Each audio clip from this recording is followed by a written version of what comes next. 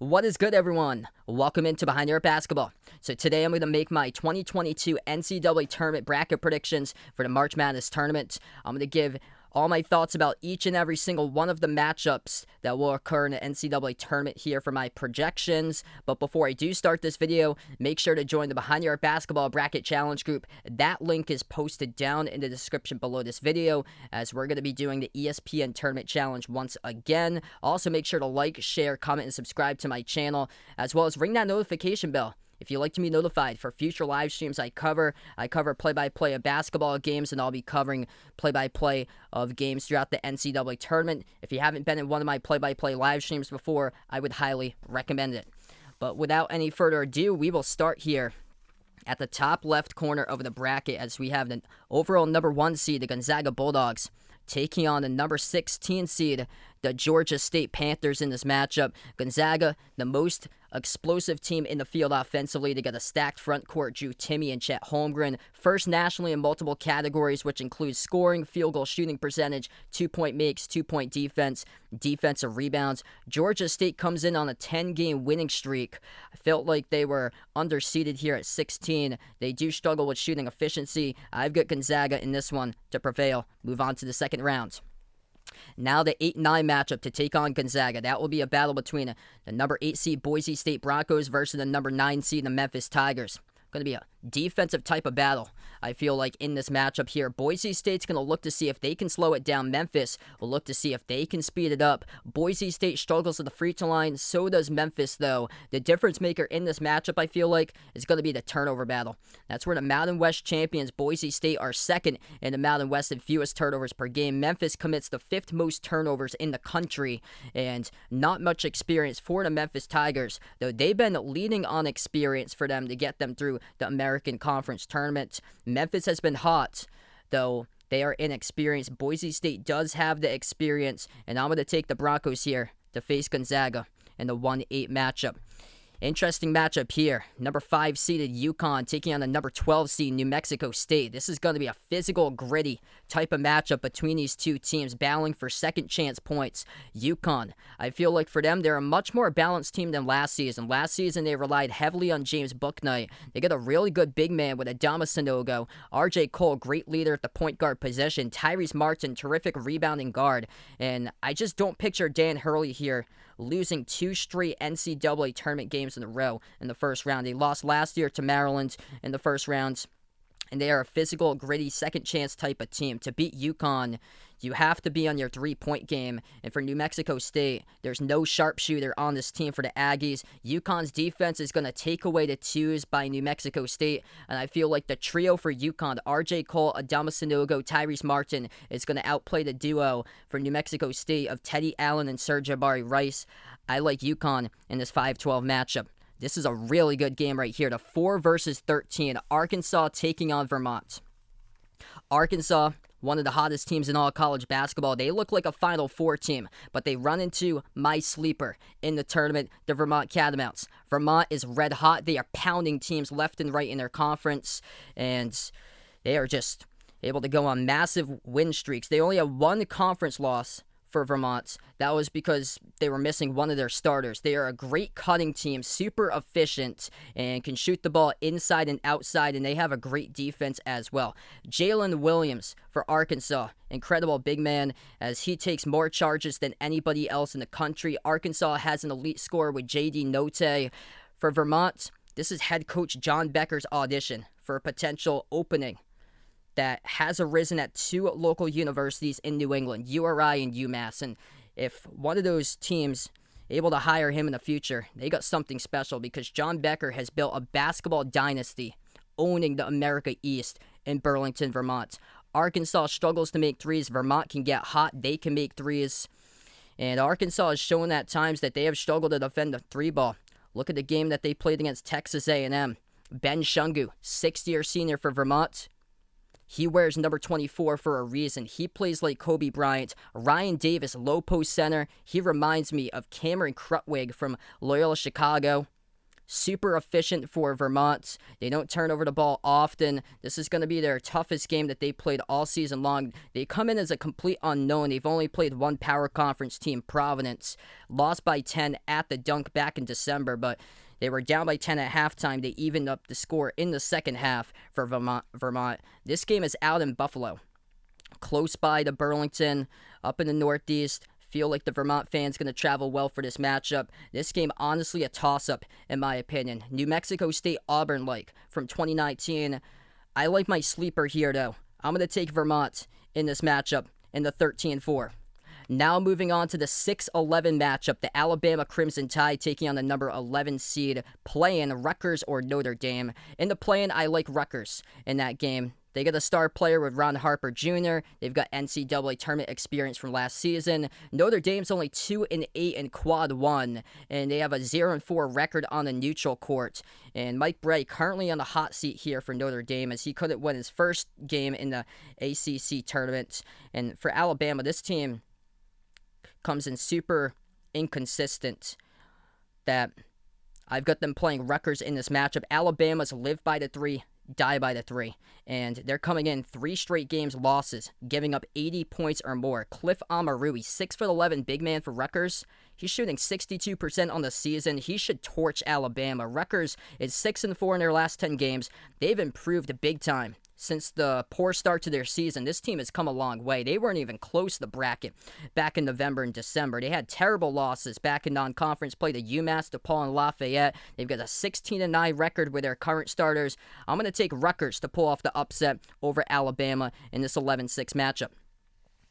3 versus 14, that will be the Texas Tech Red Raiders taking on Montana State. Texas Tech, so gritty, tough, physical.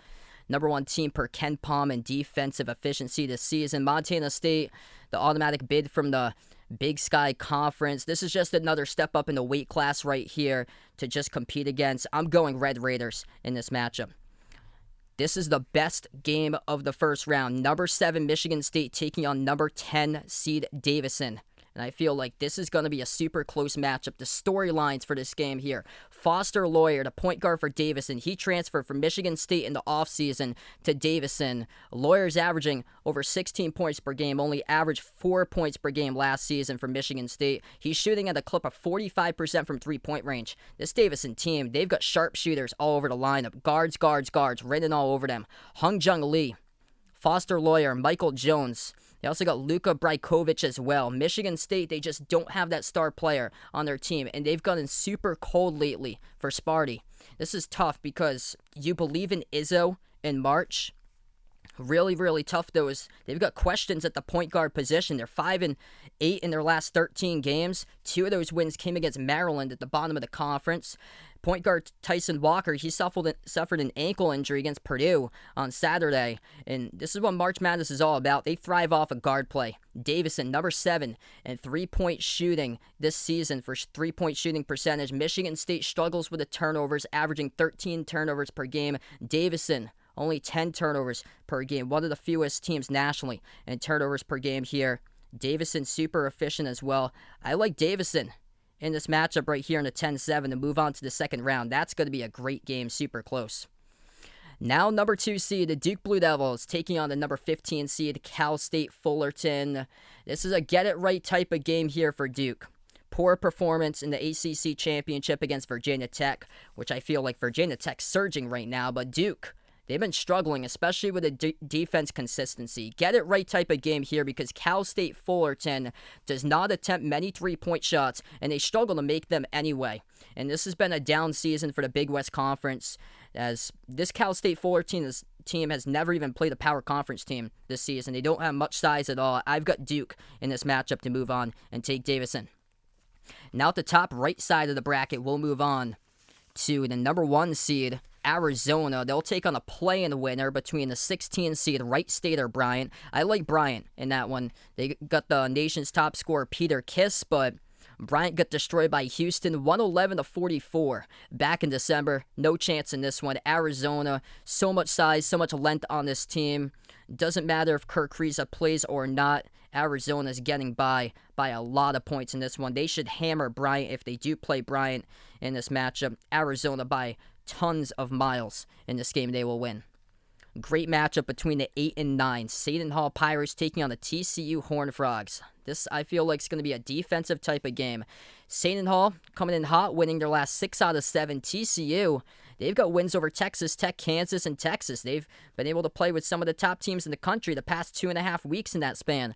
TCU able to make their way into the bracket because of that. Jamie Dixon doing an incredible job this season as head coach. TCU can defend the 3-ball, which that's what Seton Hall does more than 2-point shots. TCU, I feel like they're more battle-tested, and I feel like the best guard on the court when they play it all out is going to be Mike Miles for the Horned Frogs here. And Seton Hall kind of suspect. They played close games lately against DePaul, Butler, Georgetown, teams to the back of the conference. That's got me worried. This is a late tip time, too, out in San Diego. 9:57 p.m. Eastern time for the tip time out in San Diego. That favors the Horned Frogs. I like TCU in the second round against Arizona.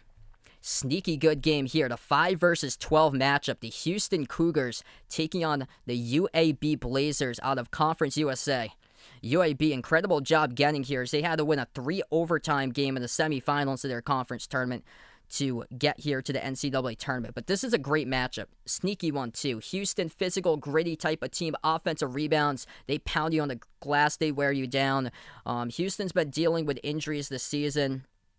They're taking on a scrappier UAB team that is faster, can score at a high clip, and this is going to be a great matchup either way. Despite the Cougars' injuries, though, they've found ways to find wins and get wins on the board. UAB attempts the 12 most 2-point shots nationally. Houston is first and fewest 2-point shot attempts allowed this season. That's where I feel like Houston's going to be able to take away UAB's game here. Jordan Jelly Walker, though, he has been fantastic this season for UAB.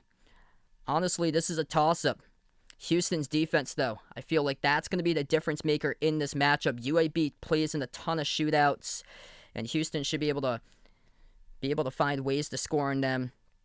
As for Houston, I know they only come in with only one quad one victory, but I just believe in Kelvin Sampson in this matchup. 4-0 at Houston in first-round games for Kelvin Sampson. I'm going to go the Cougars in a very close 5 versus 12 matchup. Now moving on to the 4 versus 13. These 13 seeds are so sneaky. And here is one right now. The Chattanooga Mocs from the SoCon. These Big Ten teams, they might crack under pressure once again in the March Madness tournament. And the reason why is because these Big Ten teams haven't faced legit defenses this season. Penn State is the best defense and fewest points allowed in the Big Ten.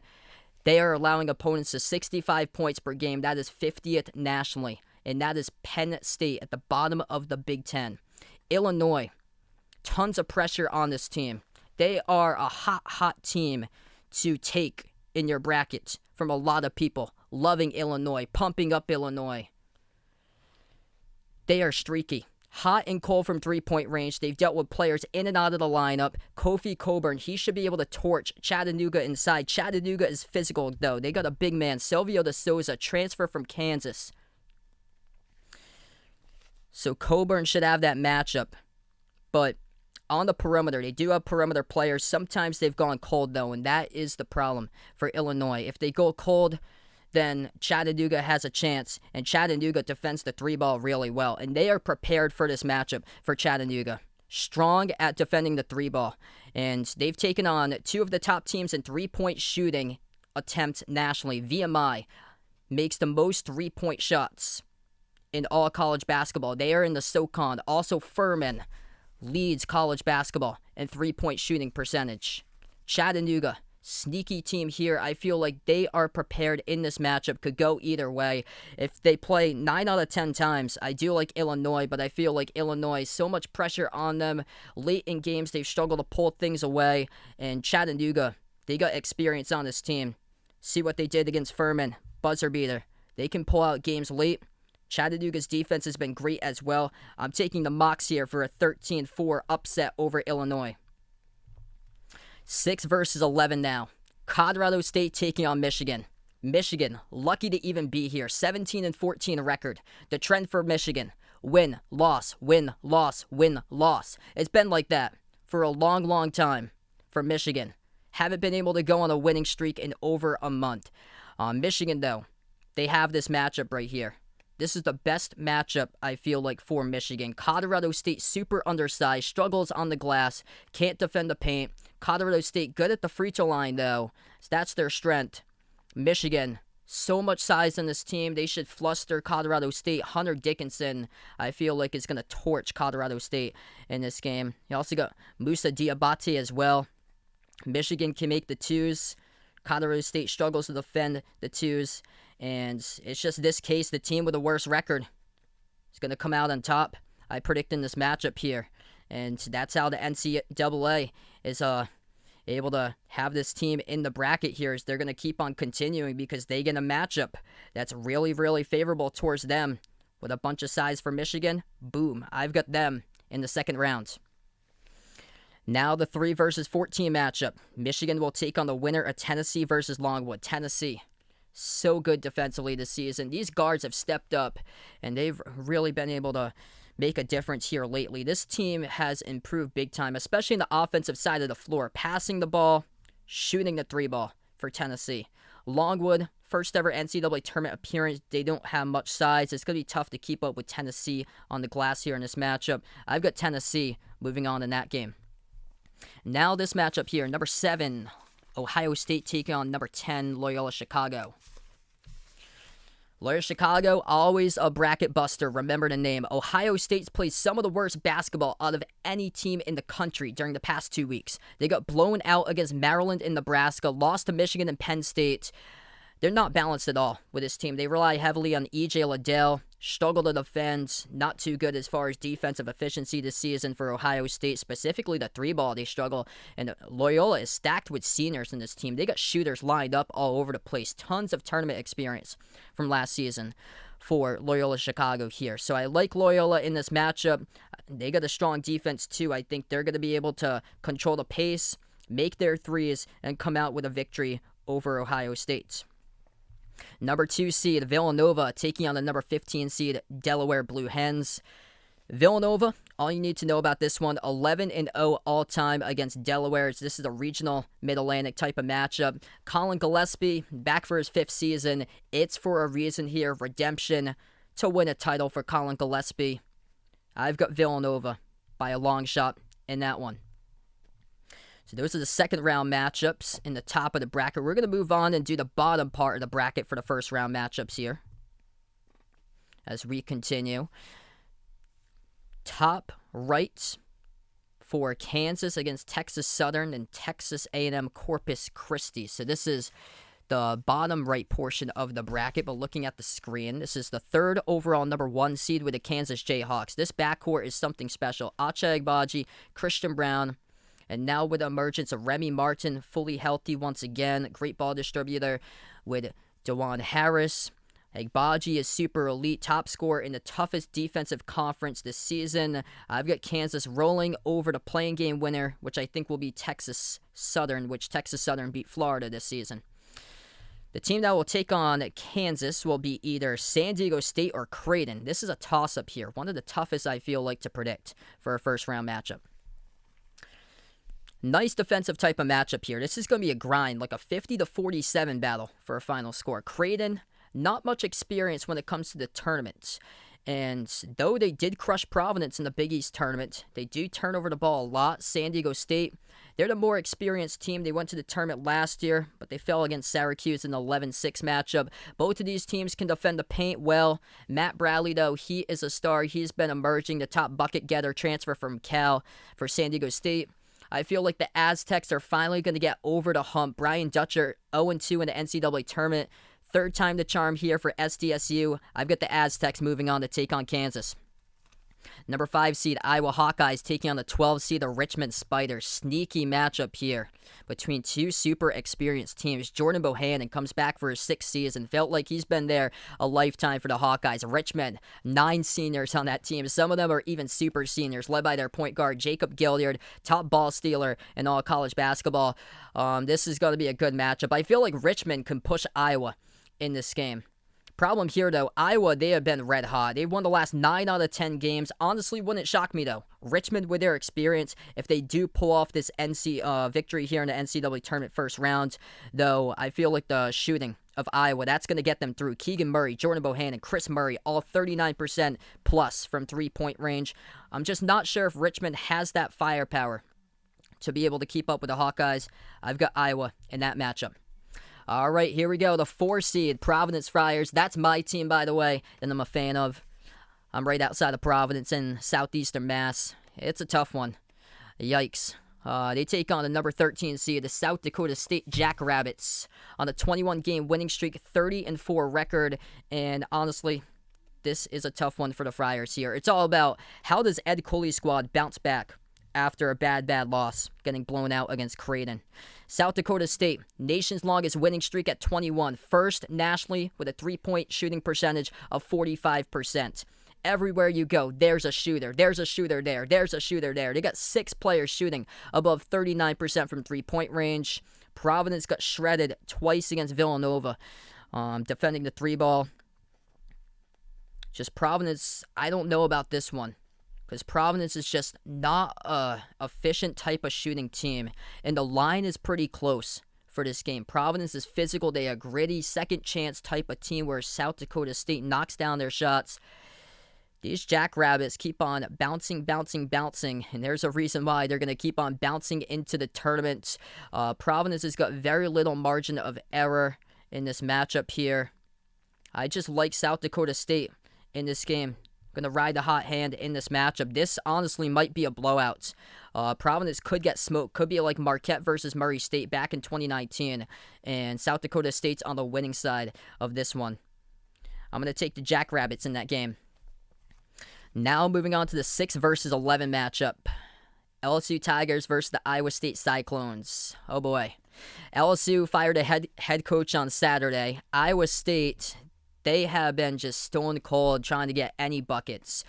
This could be a rock fest in this type of game as far as bricks being tossed up left and right. I got 55-50 the final score. Both of these teams rely on the defensive side of the ball. LSU's inside scoring and on the glass, though, I feel like that's where LSU is going to thrive, as they've got more size and a difference maker in this matchup. I just can't go with a team that has scored 36 points and 41 points in 2 out of the 3 games that they played in the March for Iowa State here. I feel like this Iowa State team, they've been playing their best basketball, but that was months ago. That was back in late November, in December. They started out non-conference play at 12-0. I feel like this Iowa State team is just checked out. I've got LSU, despite their head coach being fired in this matchup, to move on to the second round.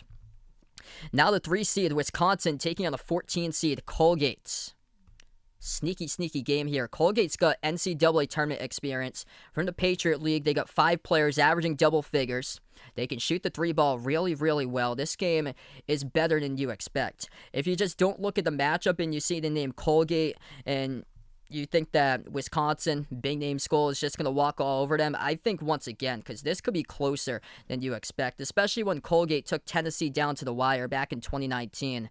But I thought about this one. I thought about taking Colgate back and forth on this one. Wisconsin, another team that the metrics just don't add up. They're not that great efficient as far as shooting. This is a toss-up, honestly. Wouldn't be shocked if Colgate does win, but I do like Wisconsin here because this game is in Milwaukee at the Fiserv Forum. Home court, basically, for Wisconsin at Marquette's Arena. And Wisconsin, how they can defend the 3-ball. They are 3rd in the Big Ten on defending the 3. Wisconsin doesn't turn over the basketball often as well. It's also a big step up from the Patriot League to the Big Ten. Should be a close one. I feel like Johnny Davis, though, he's going to close out this game late. I got the Badgers to move on and take on LSU in the second round. Now the 7 versus 10 matchup. The USC Trojans taking on the Miami Hurricanes here. Guards. If you look at Miami, they got guards all around the court. Small ball lineup, but they've been really effective from it. They've been one of the shocking teams this season for this Canes team. USC, totally different, front court oriented, and that's what's been able to do well this season through their front court for USC. USC last in the Pac-12 conference at defending the 3-ball. And Though the better defense goes to USC in this matchup, the better rebounding team as well. Miami, they can score, they are scrappy and can force turnovers.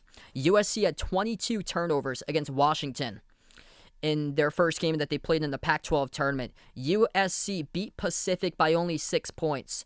They won on the road just by 5 points against Temple, which was one of 2 East Coast games that they played early in the start of the season. This is a toss-up as well, but if Miami's able to force turnovers, I think the Canes can win this game. Small ball lineup can work effectively right here. And USC is playing this game out on the East Coast in South Carolina. I'm going to take Miami in this matchup to move on. Now on to the 2 versus 15 game here. Auburn taking on Jacksonville State. Jacksonville State only here in the tournament. Shocked that they didn't pull a 16 seed because Bellarmine couldn't go to the NCAA tournament since it's a 4-year transition from D1 for Bellarmine. Just unfortunate for that rolling right there. Auburn, so athletic. They are so talented. And though they have trouble winning games away from home, that's the thing for Auburn, though. Not much experience either in the team. Really young roster for Auburn, but led by Jabari Smith, they are super talented for the Tigers, and I feel like they're just going to out-physical this type of Jacksonville State team here. Low-key matchup, though. Jacksonville State lost by only 6 points to Alabama at the Coleman Coliseum, so this could be close. Sneaky matchup here. Auburn, though, I like them in the paint.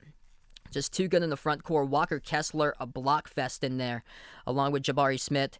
If Jacksonville State does win, this team potentially could be the next Oral Roberts or so, coming from a 15. But I'm going to take Auburn in this game to pull it out and face Miami in the second round. Now out to the left side of the bracket here.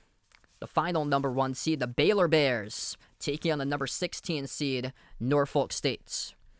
Baylor struggling with injuries, but defending champions. They're going to get their rest. I don't have any concerns about Baylor in this matchup. I'm going to take Baylor in the first round.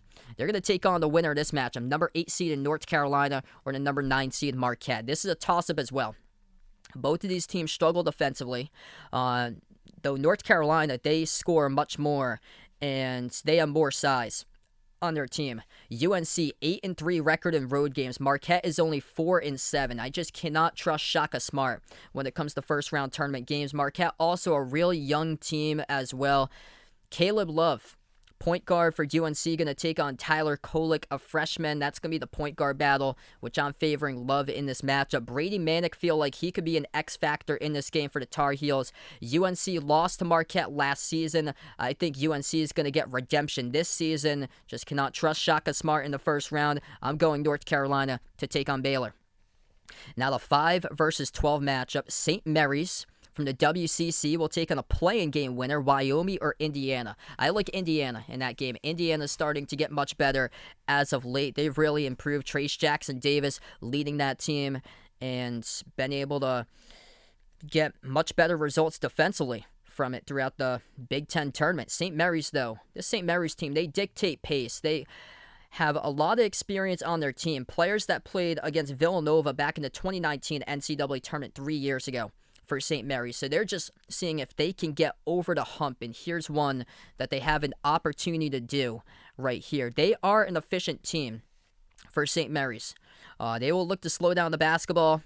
They got a pretty good front court defense. Those numbers are pumped up because, of course, they play against Gonzaga in their conference, and Gonzaga, the best team on shooting twos nationally. Does Indiana have enough efficiency and firepower? That's the question to beat St. Mary's from the outside, because St. Mary's struggles more from three-point range. To beat St. Mary's, you have to make threes. Indiana, 14th in the Big Ten in three-point makes this season. I'm going to take the Gales to move on to the second round. St. Mary's will face either the number 4 UCLA or number 13 seed Akron. UCLA making their Final Four run from last year. They are the same thing as St. Mary's, basically dictating pace, playing to their tempo, fort in college basketball and fewest turnovers per game. Just so much tournament experience from this Bruins team right here. Jaime Jaquez, he is on a roll as well for the Bruins. Akron, the Rubber Ducks, they've got their last 5 victories have been by 6, or that is the Zips for Akron there. 60 points or fewer for Akron for their last 5 victories. They could be a little sneaky in this matchup for this one. 2 of the slowest tempo offenses in all college basketball going at it. I do like UCLA in this matchup, 58-52, my prediction for a final score. And UCLA also benefiting from a 9:50 p.m. tip time in this one out in Portland, Oregon. So I do like the Bruins. All right, moving on. Number 6 seed Texas taking on the number 11 seed Virginia Tech Hokies. Both of these teams in opposite directions right now. Hot meeting cold. Texas, they just have a bunch of seniors in their team, but no identity for the Longhorns here. No proven leader for Texas, no chemistry, just a bunch of transfers who are averaging above 15 points per game. They got put into a defensive-minded type of system here, and all those numbers get crunched now. There's no star for Texas, and I feel like in this matchup they are in trouble, and their track record shows it here for Texas, as both of these teams are in opposite directions. Texas 0-4 in the last 4 NCAA tournament appearances. With their current starting lineup, they have a record of 5-6 right now for this Longhorns team. For Virginia Tech, they are surging, winning their last 13 out of 15 games. Texas struggles to make threes. Virginia Tech, they can make threes. 4th nationally in three-point shooting percentage. I think it comes down to the 3-ball in this matchup here. And Texas also struggling to score and rebound. Virginia Tech doesn't have much size either, but this is the perfect matchup for Virginia Tech to get potentially a run started in the tournament here. I like the Hokies to move on into the second round. Virginia Tech will meet the winner of Purdue versus Yale. Number 3 versus 14 matchup in this one.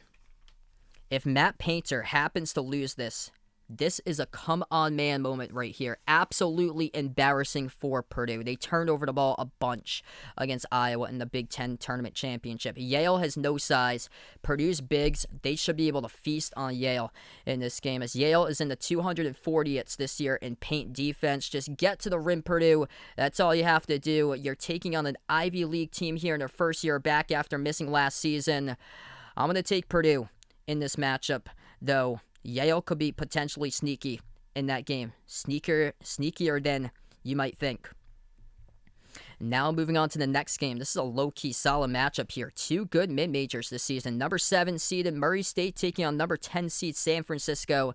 San Francisco's first ever NCAA tournament appearance is 1998. The Racers, though, they get some history pulling out upsets in the first round. This time they're the better seed, and they've got some previous NCAA tournament experience with his team. KJ Williams, Tevin Brown both played with John Morant in the tournament team back in 2019. Murray State top 35 nationally in three-point shooting defense. San Francisco, they attempt around 27 three-point shots per game. That is the 19th most nationally. I like the defense in that matchup. I'm going to take the Racers, best record in all college basketball at 30-2. They're going to beat 24-9 San Francisco, the Racers, on to the second round. Now down to the bottom left corner of the bracket, the Kentucky Wildcats, Big Blue Nation taking on the St. Peter's Peacocks here. Kentucky, no problem for this one. St. Peter's, they struggle to score, only 67 points per game they average this season. Oscar Tshiebwe, he is going to feast on the Peacocks in this game. I like Big Blue to prevail and move on in the second round to be an all-bluegrass matchup there between Murray State and Kentucky. All right, so first round matchups are done. Now we're going to take a look at the second round matchups as we'll go back to the top of the bracket once again. And that's where we see Gonzaga taking on Boise State, the 1 versus 8 matchup here. And I feel like this is going to be a tall task for Boise State. Gonzaga, just so explosive offensively. Boise State is not that. Boise State relies on their defense to keep up, and they struggle to make free throws. 347th nationally in free throw shooting percentage at 65%. I've got the Zags in this one. Now to take on Gonzaga, my sleeper, Vermont, the 13 seed, or UConn, the 5 seed. The Battle of New England right here. Efficiency versus physicality. Vermont. This team reminds me so much of Loyola Chicago. They are experienced. They can space the floor. In their last 3 games, they are crushing opponents, and they are shooting 30 of 70 from three-point range. That is 43% from three-point range in their last 3 games. This is the best Vermont team I've ever seen in my life.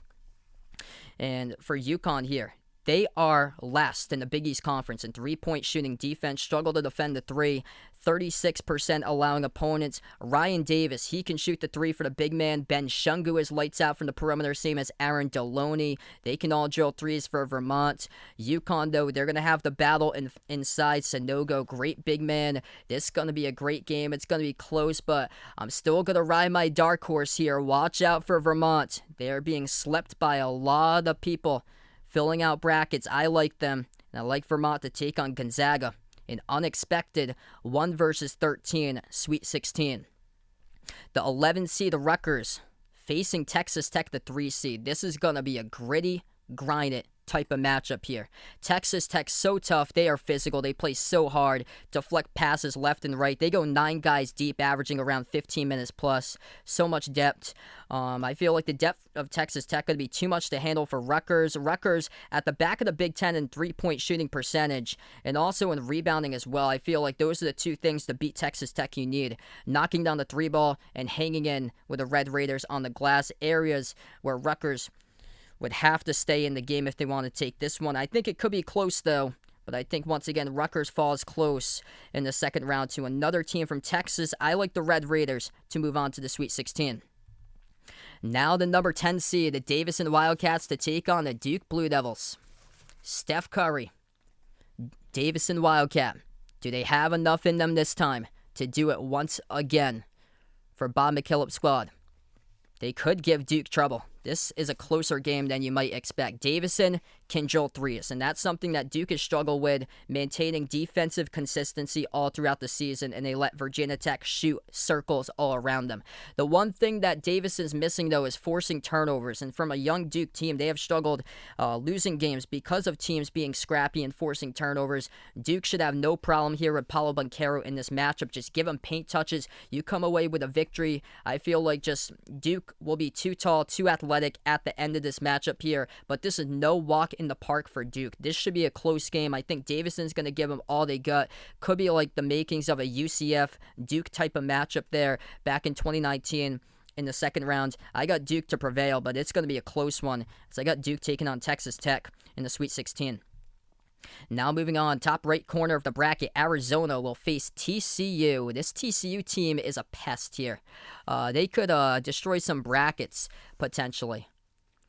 This team plays in the Big 12 Conference, best defensive conference of the land this season, but taking on Arizona, who has just got so much length, so much scoring efficiency, great passing team, great cutting team, and I just love Benedict's Mathurin style play. He is just an awesome player.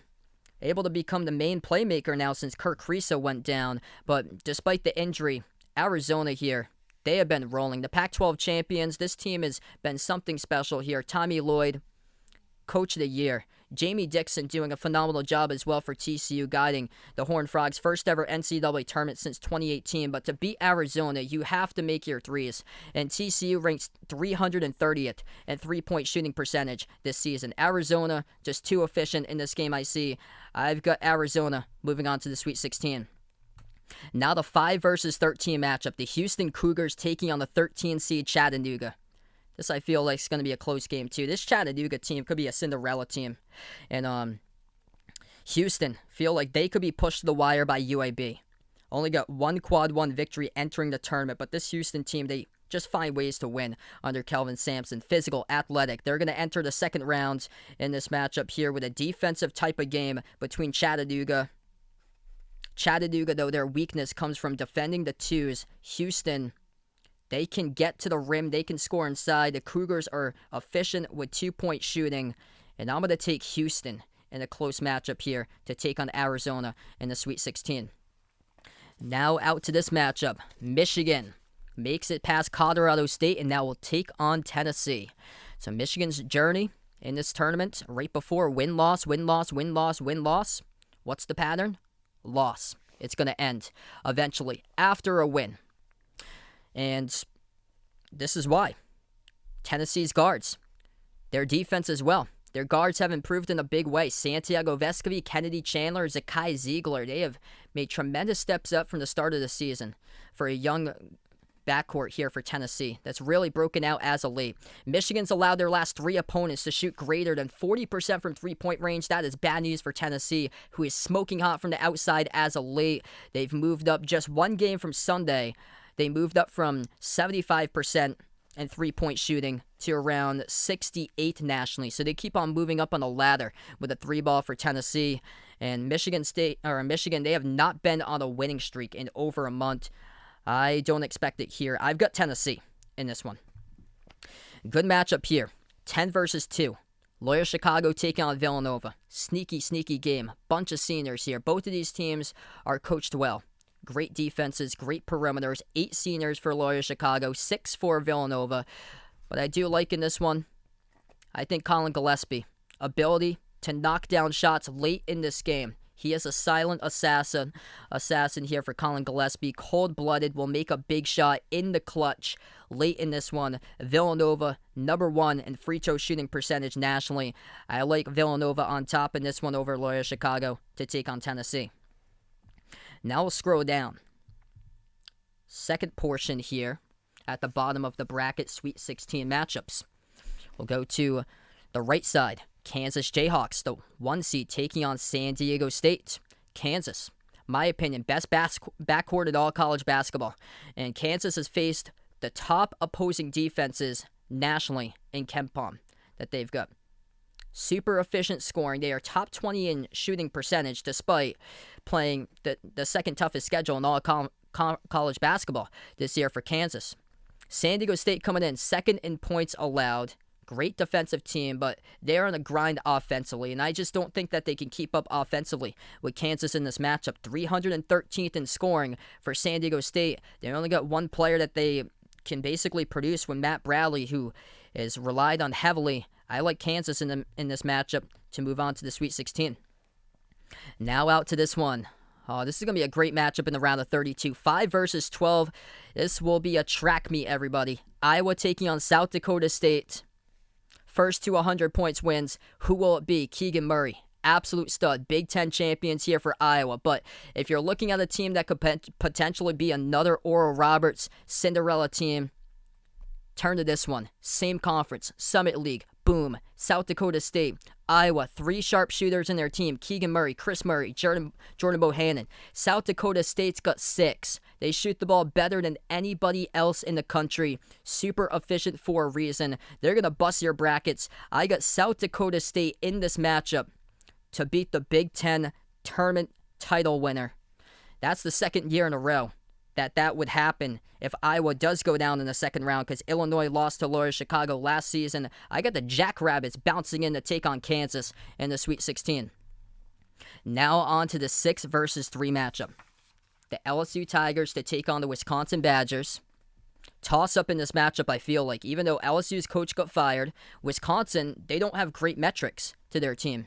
And they played in a ton of close games. They survived a close game back in non-conference play against Illinois State.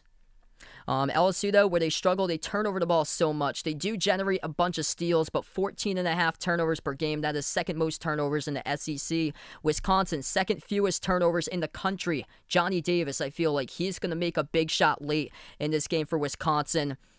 LSU, they struggle to close out games as well. Big shot by Johnny Davis. I've got Wisconsin moving on into the Sweet 16.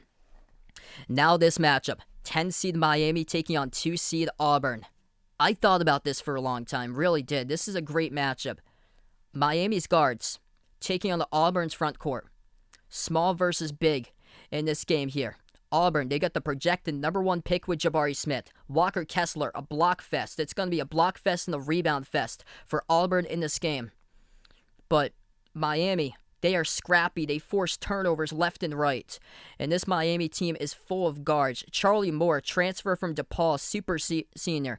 36 assists to 12 turnovers. Last 5 games for Miami. Auburn has played down 2 opponents this season. Close games against Georgia and Missouri. This could come down to the wire, honestly. Auburn's been erratic with their guard play. Too out of control. Miami beat Duke the first time around. Took Duke down to the wire.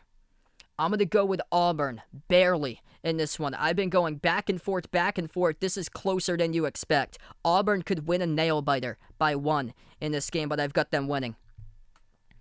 Now we will take a look, before the Sweet 16, we got one more category actually. So here we go. So bottom left of the bracket, we got Baylor against North Carolina. Interesting game here because Baylor going in with the injuries. But Baylor, though, they have been relentless. You cannot count them out just because of one bad game against Oklahoma. Baylor, before this, they took down Kansas, Texas, and Iowa State before the Big Ten tournament. They had won 5 straight games in a row before losing the first game they played in the Big 12 tournament against Oklahoma. Baylor playing their last 8 games against opponents in top 35 adjusted defense per KenPom as well. North Carolina, their Achilles heel is defense. And Baylor just has too many lockdown guys on the perimeters. UNC likes to shoot threes as well. And I feel like that Oklahoma game is going to be an outlier. Could be close here, especially if North Carolina does give them a fight. I do like Baylor and their defense to prevail in this matchup. Good matchup here. 5 versus 4. You're looking at a 50-47 final score for this game. Both of these teams dictate tempo. They are slow tempo controlled type of teams. Super close game. St. Mary's, more of the efficient shooting team for them, but the Gales, though, they have pretty good paint defense for St. Mary's. Not great so from the perimeter. They are top 50 in 2-point shooting defense for opponents. That number, though, is also boosted because they play against Gonzaga. They played Gonzaga 3 times this season, won against them once. Matthias Tassi is 6'10". He could be a difference maker down low in this game as UCLA lost to Gonzaga by 20. St. Mary's 1-2 against Gonzaga, and both of those losses less by 20 points. This is a toss-up, honestly, here, but I feel like in this type of game, St. Mary's is due for one and could have a chance to pull it out. Toss-up could go either way. I just felt like UCLA, maybe last year was their year. I'm going to take St. Mary's in this game to move on and take Baylor. Now to the next matchup in the round of 32. Virginia Tech taking on Purdue. Virginia Tech, super hot right now. Purdue, just going to go out and play defense. They got the clear-cut size advantage in this matchup for Purdue. You think that they could win this game. Purdue's going to beat up Virginia Tech on the glass by a long shot, but just watch Matt Painter blow it. Time and time again for Matt Painter. A come-on-man type of moment. And they're taking on one of the hottest teams right now in all college basketball. 13 of their last 15 winning for the Hokies getting red hot. I feel like for this Purdue team, as they are a hot favorite in the bracket by everybody, this team I felt like reached their peak months ago, back in November and December.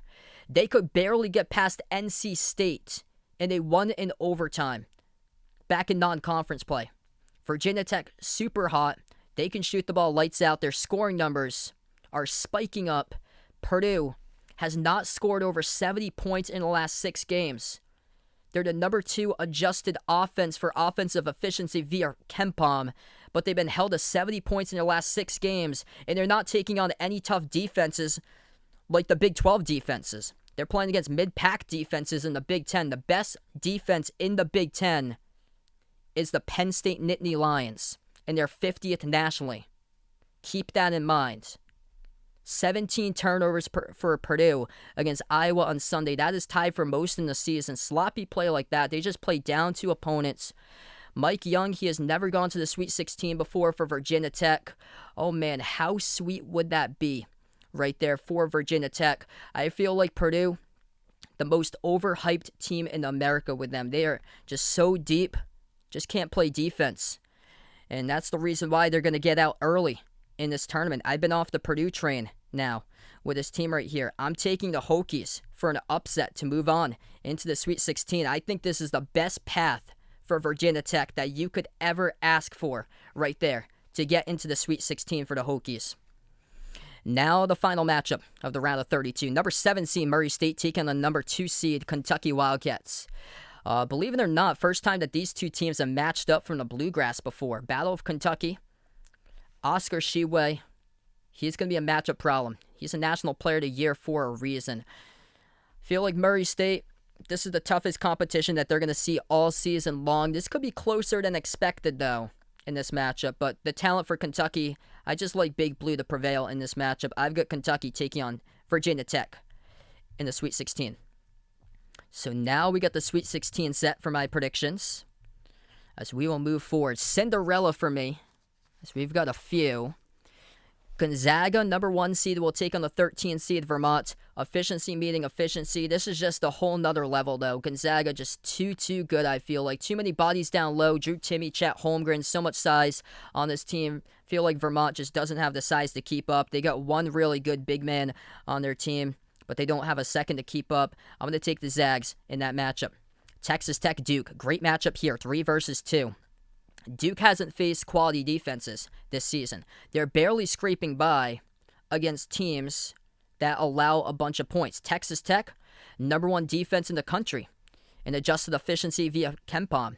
And Duke's going to have to beat Texas Tech from 3 in this game. A.J. Griffin, top perimeter option for Duke. But what if he goes cold? No other perimeter threat for Duke on this team here.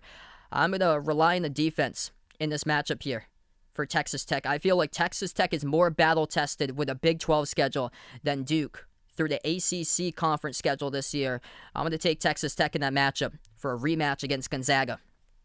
Now on to the top right. Number 1 seed Arizona will take on the 5 seed Houston. Houston, they're going to look to see if they can limit Arizona with those possessions there. Houston's slow-tempo offense. Arizona, so efficient, both ends of the floor. And they can score. Great cunning team. Pass the ball and get everybody involved. One of the top of teams in assists this season for Arizona. And despite not having their point guard for the Pac-12 tournament for the last 2 games, able to get things done. That shows how relentless Arizona is. They are super explosive. They got a ton of size. Also, Houston dealing with injuries as well. I like Arizona in that matchup to move on. Great matchup here. 3 versus 2. Honestly, these 2 teams I would have had in my Final Four. These 2 teams, if they didn't draw each other, could go really far. And it's just unfortunate that they meet up this early in the Sweet 16, because I would love these 2 teams to take on each other on the Final Four. Well-deserving because they should. Both of them conference tournament champions. I thought Tennessee should have moved up to a 2 seed as well. But both of these teams super disciplined. Great coaching by these 2 teams. Villanova's leadership with Colin Gillespie. Great perimeter team for Nova. Tennessee, they are a great defensive team. They've struggled scoring at times, though, but they have been better and better lately. This backcourt has come a long way for the Vols since the start of the season. And Tennessee is a great passing team. They can defend the 3-ball really well. They held Texas A&M 0 for 9 in the first half, 3-point shooting in the SEC championship. Both of these teams played back at Mohegan Sun Neutral Court out in Connecticut in November. Villanova won 71-53. Tennessee, though, their improved guard play with them defending the 3. Villanova attempts a good chunk of 3s per game, and Tennessee's got some size in the glass. I think Tennessee is going to find redemption in this matchup, and this is a toss-up, honestly. This is a great matchup here. Honestly, either one can win it. I'm going to go Tennessee in this game to get the victory, the 3 versus 2. I feel like Tennessee coming into this tournament thinking that they're well-deserving of a 2, and they want to fight and beat a 2 in this tournament. So I've got Tennessee moving on.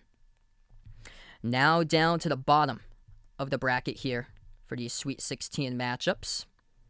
That's where we'll move on to the right side. Kansas will take on another Cinderella of mine, South Dakota State, a 13 seed. This is efficiency versus efficiency, though. Kansas, number 1 scoring offense in the Big 12 Conference. Also the toughest defensive conference. Kansas, the best perimeter defense as well in the Big 12 Conference.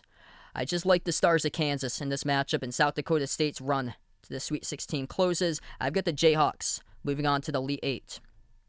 Number 3 seed Wisconsin taking on Auburn, the 3 versus 2. Wisconsin, they've won a ton of games close this season. They know how to win close games. They got a knack of that. Auburn, they've been able to win close games too.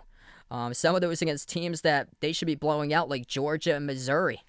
Also played a close game at St. Louis, won by 4. But I just feel like Johnny Davis here in this matchup. He's a little bit outnumbered in this type of game. This could go either way. Toss-up between these 2 teams, because Wisconsin's got the better team as far as not turning over the basketball, but they don't force turnovers that often. That's the only thing. if Auburn's able to get past Miami either way, because Miami can force turnovers, but just so much talent on this Auburn team here. And I feel like the size, the athleticism of Auburn is going to be too much for Wisconsin to handle. I'm looking in this game to the paint. Jabari Smith, Walker Kessler to dominate. Wisconsin struggles with their paint defense, and that's where I like Auburn to take on Kansas in the Elite Eight.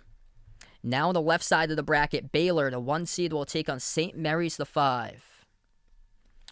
I think, obviously, here in this one, Baylor, eventually, it's going to figure things out. St. Mary's, though, I think they can make it a close game, and they're going to hang in there and control tempo in this game. But here's the thing. Baylor, I feel like, is going to figure it out. Santa Clara gave St. Mary's a run in all 3 games that they played this season. Gonzaga is top 40 this season in points scored per game. And for St. Mary's, I just don't know if they're going to have the offense to compete against Baylor in this matchup. Baylor just had a bad game from 3-point range. If they get their threes rocking against St. Mary's, they're going to win this game. I think they will be able to for Baylor in this matchup. Just remember, Baylor, before their Big 12 tournament exit, they had won their last 4 games against teams in the current field. Right now, for Baylor here, I've got Baylor in this matchup because I'm not panicking about Baylor. I think they will find a way despite the injuries. I've got Baylor moving on to the Elite Eight. And now the final Sweet 16 matchup. It is the number 11 seed Virginia Tech taking on the 2 seed Big Blue, the Kentucky Wildcats. One of the hottest teams in America right now with the Hokies at this point. Do they have an Oregon State type of run in them or not? That's the question. Problem is, they run into Oscar Tshiebwe on the glass, and Virginia Tech just doesn't have much size to compete. That's the only thing here. Virginia Tech, trouble defending the 2s. Kentucky, all about making those 2s. And that's where I got Big Blue in this matchup. So I've got no ACC team making it to the point past the Sweet 16, as that basically says about the ACC this season in a nutshell right there, as SEC by far has had a tremendous season for that conference. I've got Kentucky moving on. All right, here we go. Elite 8 matchups. We'll go to the top left side. Gonzaga, Texas Tech. This is a rematch here between these 2 teams back from December. A rematch. And a good one in store. Gonzaga's the favorite. We've had so many shockers this season. Wouldn't shock me to see another one. Wouldn't shock me as well to see Gonzaga win the title outright for redemption from last year losing it. But there's a good chance Gonzaga will. Gonzaga enters this tournament 26-3. Of course they're the best team, you would think, but are they ready to match Texas Tech's physicality? They beat them once. That's the question. Texas Tech made of transfers. That was their second game that they played against a big-name school. They had played against Providence at the Dunk back in early December. Then they played Gonzaga mid to late December. And Texas Tech has come a long way through their transfers because of that. And they were also missing one of their players, Terrence Shannon, number 2 scorer. He was missing in that game in the loss against Gonzaga. Gonzaga, the most efficient offense in the country, beating the most efficient defense. 14-point loss that game for Texas Tech. They have improved a ton. They just don't have a knockdown shooter. That's the only thing. That's going to be worried about Texas Tech. That might not be enough. But will Gonzaga get physical in this matchup here? Because Duke was able to pull out the victory against Gonzaga because they were able to get physical down low. Texas Tech looking for revenge in this matchup. Who is more battle-tested? Texas Tech, I feel like they are more battle-tested. Big 12 over WCC. The schedule, I feel like, prepared Texas Tech for this matchup here. I'm going to take a stunner. Texas Tech shocking Gonzaga to pull out the victory and move on to the Final Four for the Red Raiders. Now the next team moving on to the Final Four. This is a rematch too. Number 1 seed Arizona taking on the 3 seed Tennessee. Arizona, so much size in this team, so efficient.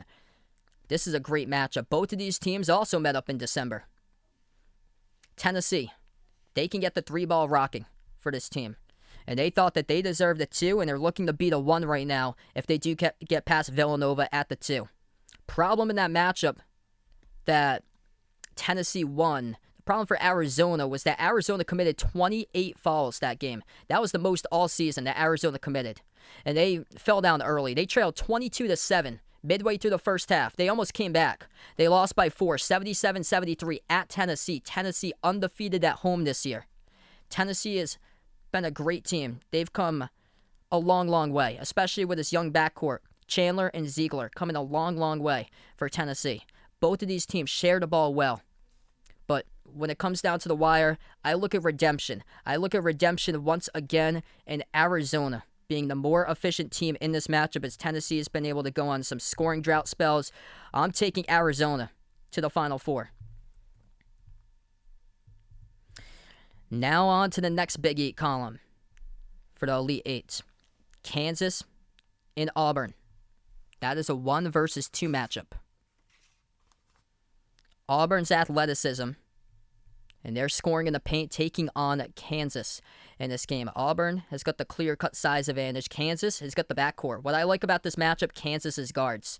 And they've been playing some terrific basketball with their guards. Remy Martin, key player to watch out for. Top scorer in the Pac-12 last season, starting to get healthy for Kansas as he was a big impact in the Big 12 Conference Tournament. 22.7 assists, 0 turnovers. Last 2 games in the Big 12 Tournament for Remy Martin.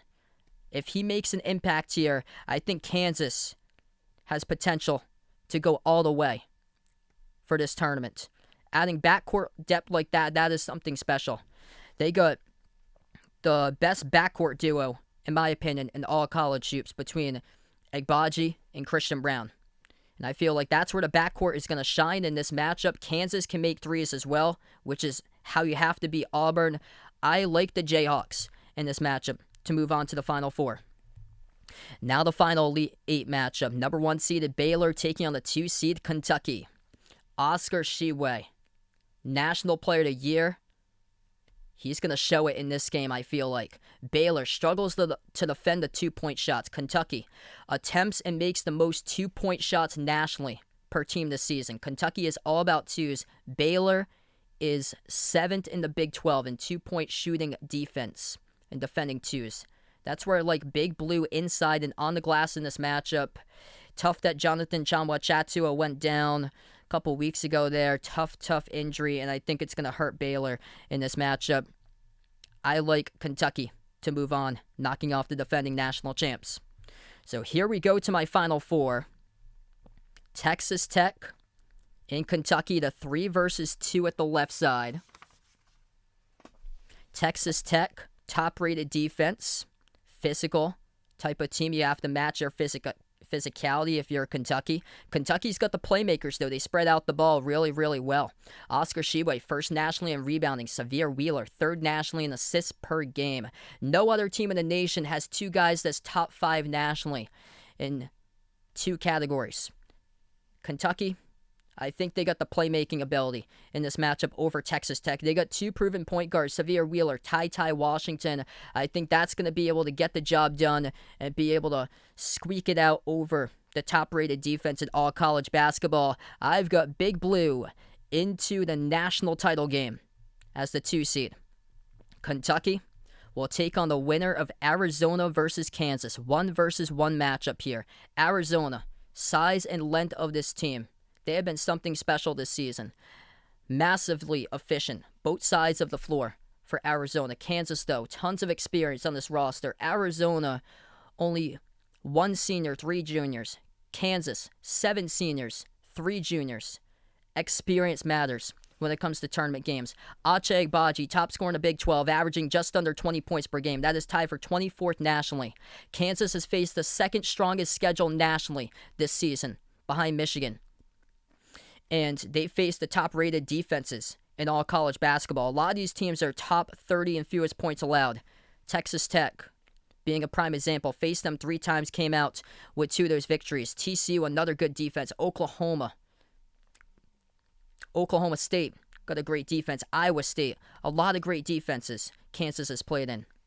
If Agbaji plays in another conference, he's such an elite scorer. He's dropping down 25-plus points a night for Agbaji here. If he plays in another conference, playing in big-time defensive-minded Big 12. I feel like this type of matchup is going to come down to experience. Bill Self being back into the Final Four, having that experience with Kansas here, stacked with seniors. Tommy Lloyd, incredible season as a head coach for Arizona. I'm going to take the Jayhawks to move on to the national championship. So here we go, national championship. Kentucky against Kansas in the title game. What a championship we're going to have for my prediction here. The 2 versus 1. Rematch the 2012 national championship. Kentucky won a decade ago, 67-59 over Kansas. Coach Cal against Bill Self once again. Both of these teams super experienced. Kentucky goes to the transfer portal because of that. Fog Allen, back on January 29th, not in the favor of Kansas that night. 80-62, it was Big Blue on the road. Kansas that night hit rock bottom that weekend. Rock Chalk Jayhawk, a week later, boom, they sprouted up, destroyed Baylor 83-59 on February 5th. Kansas is not going to forget that blowout loss that they had back at home by 18 to Kentucky. Kentucky's got this matchup here, Kansas inside. But where I like Kansas in this game, perimeter guys. Perimeter guys all over the floor for Kansas. And if they get that type of production like they did in the Big 12 tournament from Remy Martin, they're going to be a tough out in this bracket here. Kansas first in the Big 12 in three-point shooting percentage this season. And their ability to score in transition, they are so fluid for these Jayhawks. Kansas has 12 quad 1 victories. That is most of all teams in college basketball. 20-6 record against the top 2 quads. That is most out of all teams for those 20 wins. They play the second toughest schedule nationally. And what I saw from them in the Big 12 tournament, I am super duper impressed what Kansas did with this team. Ochai Agbaji, he is an elite scorer. Kansas looking for their first title since 2008. What a game this will be. But I feel like the trend, the determination for this pick, it's from trends that I'm seeing this season. Team splitting series. Virginia Tech split the series against Duke. Virginia split the series against Duke. Duke split the series against Miami. Duke split the series against UNC. Kansas split the regular season series against Texas Tech. Kentucky split the regular season series against Tennessee. And Kentucky beat them once. It was on the road. Huge win for Kentucky. I think Kansas here comes out and gets redemption this time along. And that's where I got the Kansas Jayhawks as my national champion predicting. And we will go final score. I'll go 76-74. Rock Chalk Jayhawk, as I got them winning the championship for my predictions. So that's a wrap here to my bracket video. If you enjoyed this video, hit the like, hit the subscribe, ring that notification bell. If you'd like to be notified for my future play-by-play live streams here for NCAA Tournament games, and also feel free to let me know down in the comment section below about your bracket predictions as well. And make sure to join the Behind Your Basketball Bracket Challenge group, as that link will be posted in the description below this video. Thanks so much, everybody, for watching, as this is Behind Your Basketball.